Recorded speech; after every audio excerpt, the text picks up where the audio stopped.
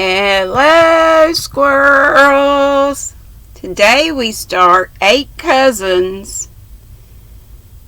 And then I think there's another book, or maybe it's I'm not sure. Wait a minute. It says 8 Cousins and Rose in Bloom. Let me see if I can tell. This is a story of Rose Campbell. And this is from Louisa May Alcott, who of course did the, Little Women books. There are 2 books, 8 Cousins, and then Rose in Bloom is the sequel. So we're starting on 8 Cousins today, and it has 24 chapters. And I will read the preface first.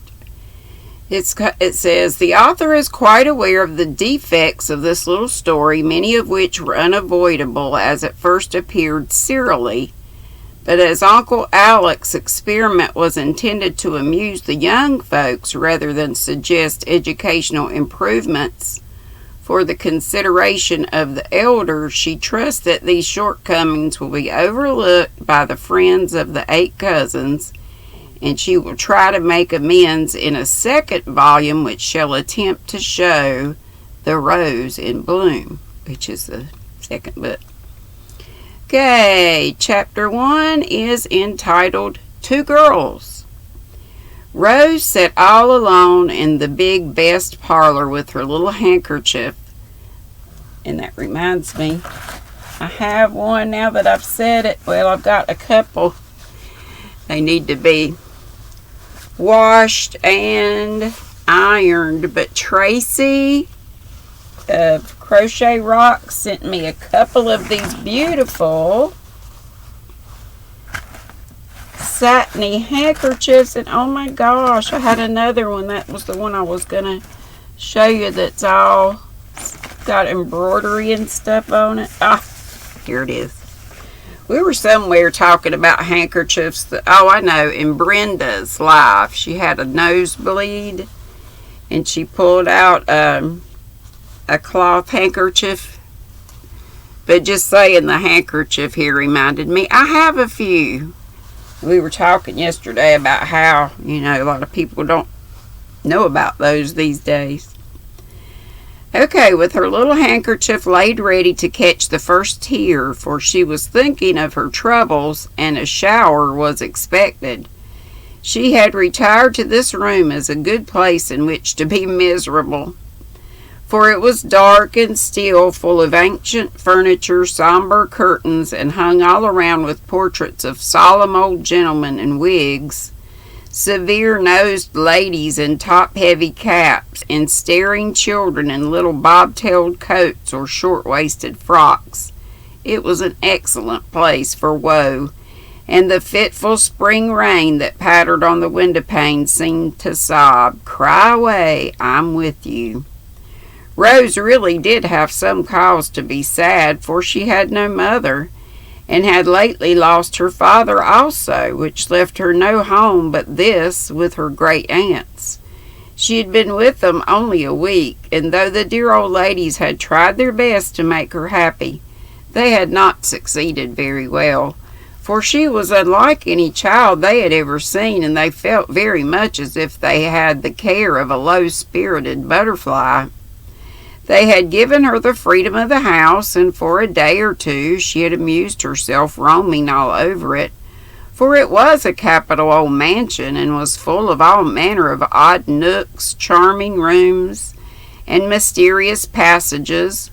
Windows broke out in unexpected places, little balconies overhung the garden most romantically, and there was a long upper hall full of curiosities from all over the world, for the Campbells had been sea captains for generations. Aunt Plenty had even allowed Rose to rummage in her great china closet, a spicy retreat rich in all the goodies that children love, but Rose seemed to care little for these toothsome temptations, and when that hope failed, Aunt Plenty gave up in despair.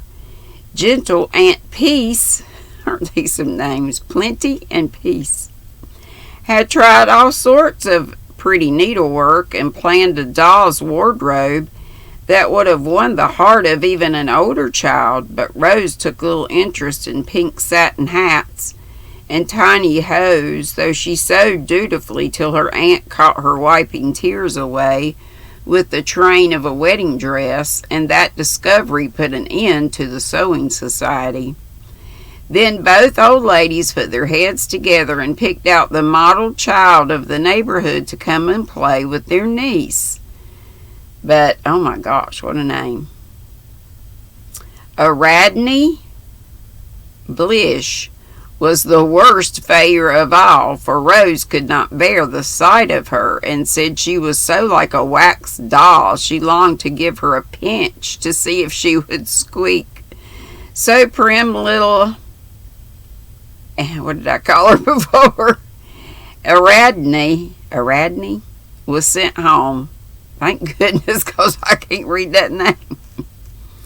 And the exhausted aunties left Rose to her own devices for a day or two.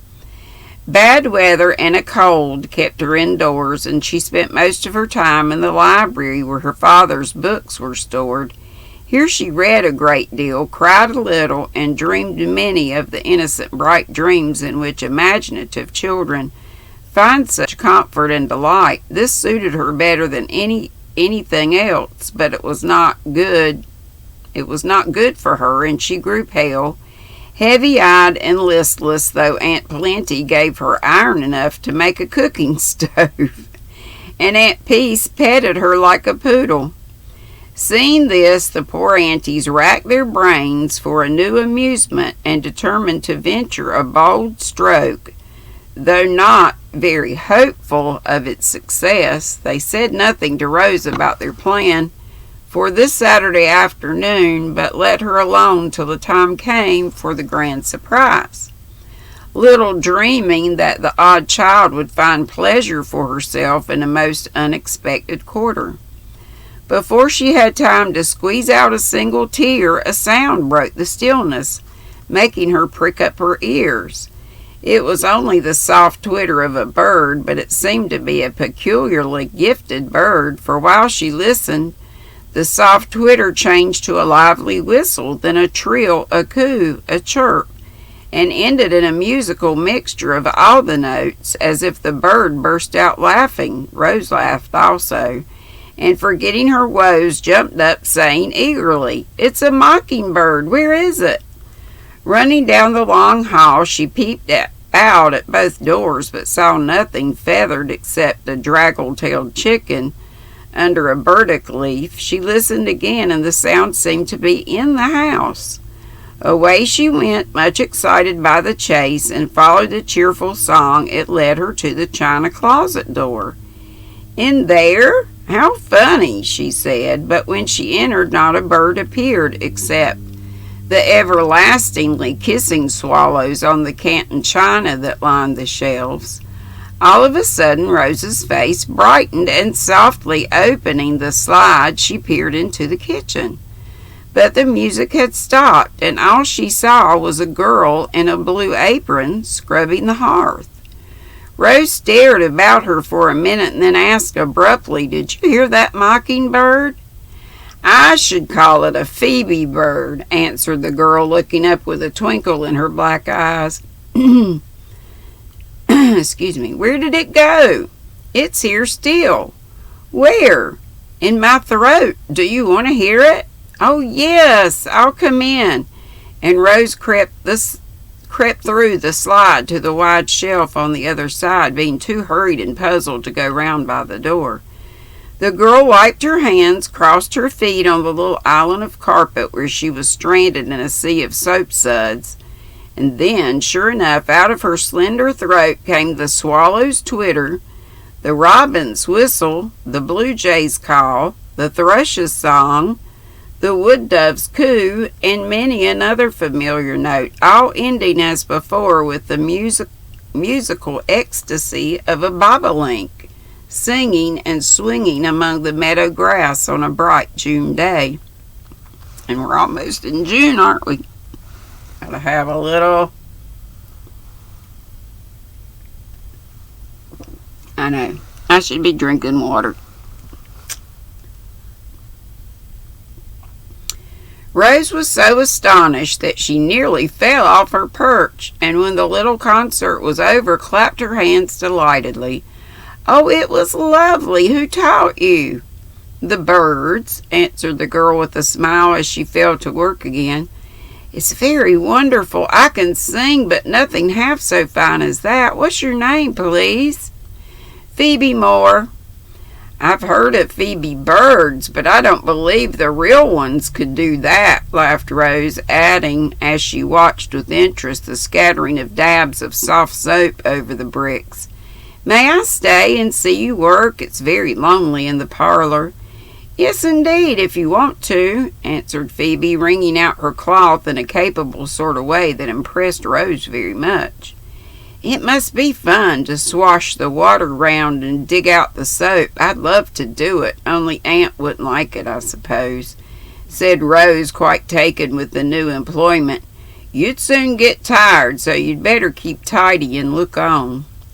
"I suppose you help your mother a good deal?" "I haven't got any folks." "Well, where do you live then?" "I'm going to live here, I hope. Debbie wants someone to help round, and I've come to try for a week."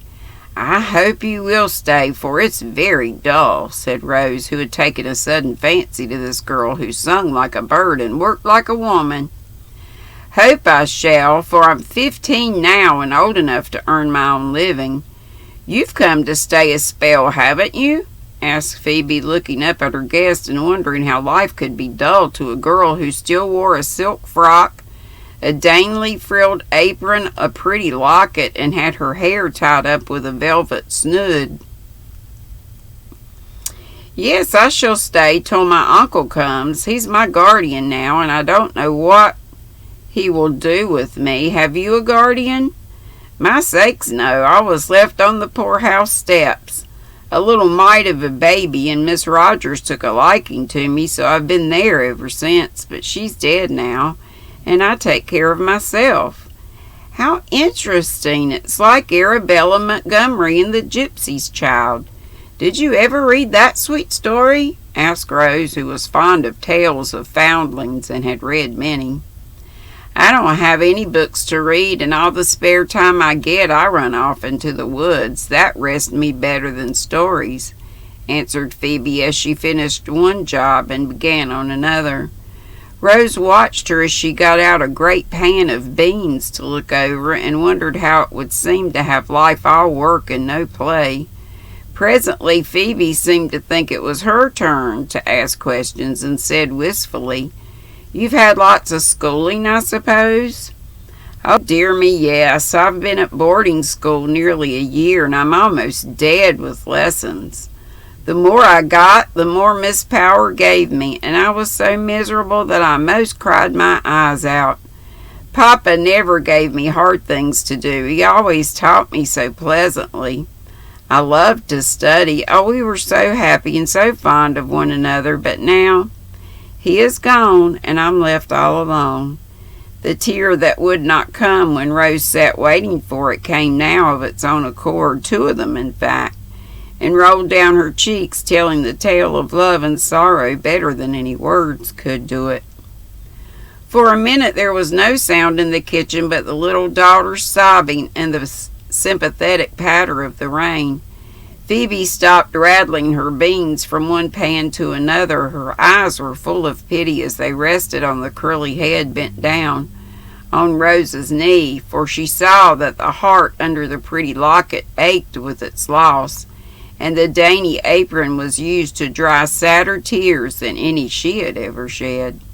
Somehow she felt more contented with her brown calico gown and blue-checked pinafore. Envy changed to compassion, and if she had dared she would have gone and hugged her afflicted guest. Fearing that might not be considered proper, she said in her cheery voice, "I'm sure you ain't all alone with such a lot of folks belonging to you, and all so rich and clever. You'll be petted to pieces, Debbie says, because you're the only girl in the family."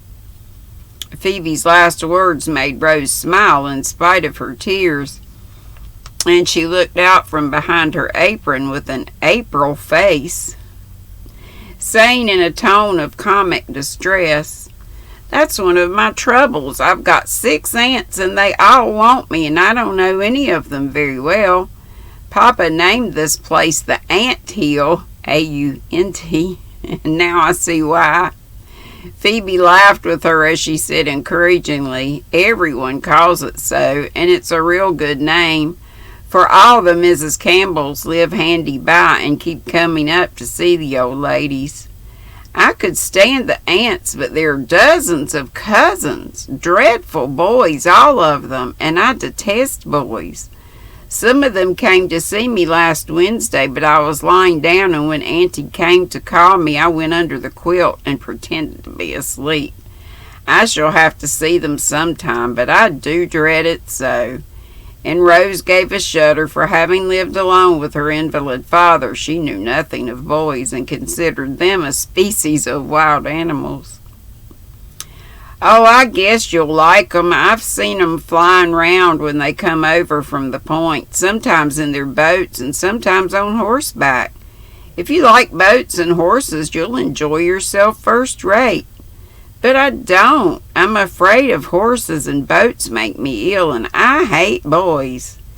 And poor Rose wrung her hands at the awful prospect before her. One of these horrors alone she could have borne, but altogether were too much for her, and she began to think of a speedy return to the detested school. Phoebe laughed at her woe till the beans danced in the pan, but tried to comfort her by suggesting a means of relief. "Perhaps your uncle will take you away where there ain't any boys. Debbie says he's a real kind man and always brings heaps of nice things when he comes." "Yes, but you see that's another trouble, for I don't know Uncle Alec at all. He hardly ever came to see us, though he sent me pretty things very often. Now I belong to him, and I shall have to mind him till I'm 18. I may not like him a bit, and I fret about it all the time." "Well, I wouldn't borrow trouble, but have a real good time. I'm sure I should think I was in clover if I had folks and money, and nothing to do but enjoy myself," began Phoebe, but got no further, for a sudden rush and tumble outside made them both jump. "It's thunder," said Phoebe. "It's a circus," cried Rose, who from her elevated perch had caught glimpses of a gay cart of some sort and several ponies with flying manes and tails. The sound died away, and the girls were about to continue their confidences when old Debbie appeared, looking rather cross and sleepy after her nap. "You're wanted in the parlor, Miss Rose. Has anybody come?" "Little girls shouldn't ask questions, but do as they are bid," was all Debbie would answer. "I do hope it isn't Aunt Myra. She always scares me out of my wits, asking how my cough is, and groaning over me as if I was going to die," said Rose, preparing to retire the way she came, for the slide, being cut for the admission of bouncing Christmas turkeys and puddings, was plenty large enough for a slender girl. "Guess you'll wish it was Aunt Myra when you see who has come. Don't never let me catch you coming into my kitchen that way again, or I'll shut you up in the big biler," growled Debbie, who thought it her duty to snub children on all occasions. And that's it for chapter 1. I think we're going to like this. Hope you do. It's piquing my interest. Oops, forgot the bookmark. Here we go. And what was this called again? 2 Girls?